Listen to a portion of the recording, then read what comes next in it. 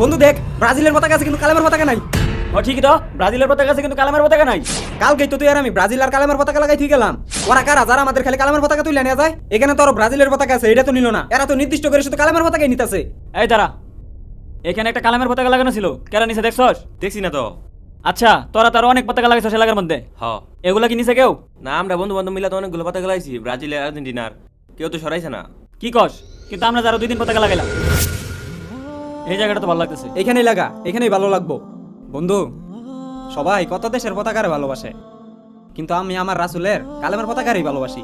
হ বন্ধু, তুই ঠিকই কইছস। যে যে দেশটা ভালোবাসে হ্যাঁ এই দেশের পতাকা লাগায়। আর হাদিসেই তো আছে, আলমার ও মা আমান আহাব্বা, যার সাথে যার ভালোবাসা তার সাথে তার কিয়ামত। আচ্ছা চল। পোলাপানে তো ঠিক কইছে, আসলে তো পতাকা নাই। হ, আসলে তো পতাকা নাই, পতাকা কেটা নিল কসে? আরেকটা আছে না? হ হ আছে। যা তাইলে ওটা এনে লাগাই দে। আচ্ছা তোর জল লাগতো না, তুই দাঁড়া, আমি যাইতেছি। আইসস? বাস নামা। বন্ধু বন্ধু, পতাকা নাই বেটা আজকাও। আজকালটা তো মানা যায় না রে। আসলে এটা মান্য নেওয়ার মতো না। 2 দিন পতাকা লাগাইলাম, 2 দিনই পতাকা নাই। কেরা পতাকাটা নাই? তারা কে? যারা ইসলামের পতাকা তুলে নিতেছে। বন্ধু শুন, আমার মাথায় একটা বুদ্ধি এসে। কি বুদ্ধি? আমরা আজকে কালেমার পতাকার সাথে যে কোনো একটা ব্রাজিল কিংবা আর্জেন্টিনার পতাকা লাগামু।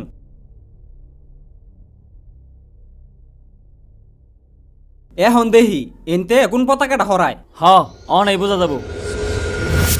আমগর পতাকা খালি নাই হয়ে যায়।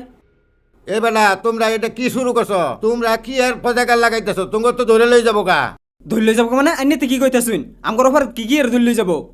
আমাদের এই 90% মুসলিমের দেশে সবাই যদি তার পছন্দের দেশের পতাকা লাগাইতে পারে, তাইলে আমরা আমাদের ইসলামের প্রতি কালেমার পতাকা লাগাইতে পারবো না কেন? সমস্যা কি? এটা কি আমাদের অপরাধ?